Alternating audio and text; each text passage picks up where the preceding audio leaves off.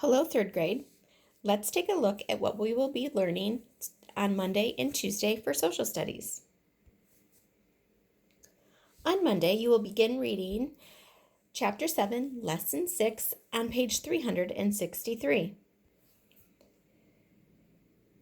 In this lesson, you will learn about the judicial system and each parts of it.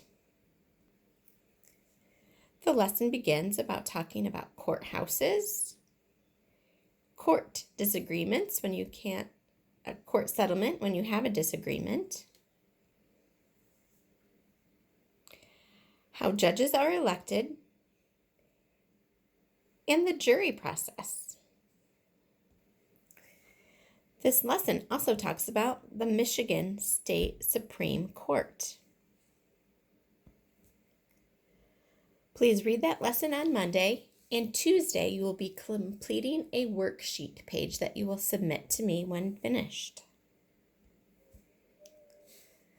Let's now take a look at your English for Monday. Monday's assignment for English begins on page 172 in your textbook. It's 7.8 and is about commas in compound sentences. Let's take a look at what that means. The first highlighted section in your textbook says, a comma is used when two short sentences are combined into one longer sentence. This longer sentence is a compound sentence.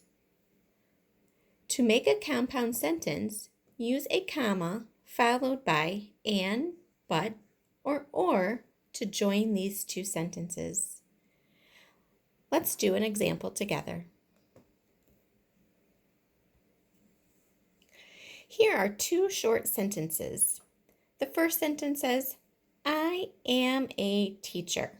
The second sentence, I teach third grade.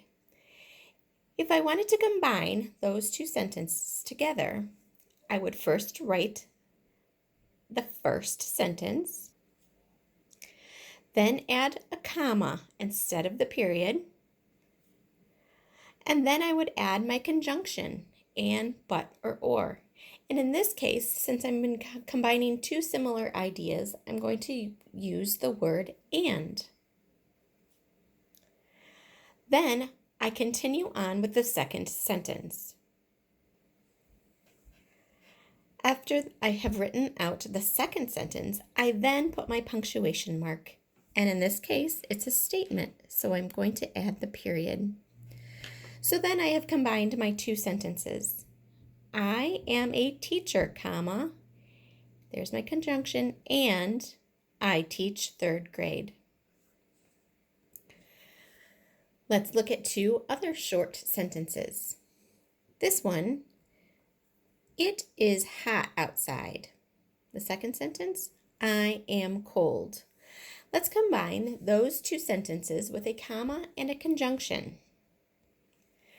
I begin by writing the first sentence and putting the comma instead of the period. I then add a conjunction. In this case, I won't use the word and because it's combining two sentences that have different ideas. One is hot and one is cold. So I am going to use the conjunction but.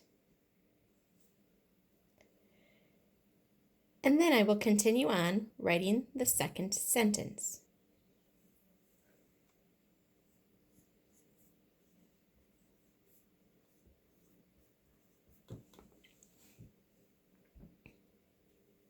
When both sentences are combined, I will then add my punctuation. In this case, it is statements, so I will just add the period at the end.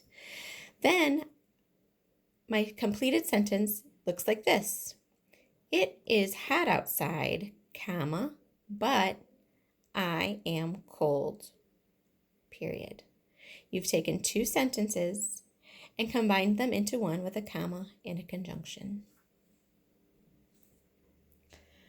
So I would like you to read through pages 172 in your textbook. Take notes into your English notebook as needed. You will then move on to your workbook and complete just one page, page 112. You will complete this and submit it to me on Friday. Friends, for this section down here, I would like you to write out the complete sentence, not just adding the period and the conjunction. I would like you to write out the full sentence so you have the idea of what writing two sentences combined into one looks like. Have a great week.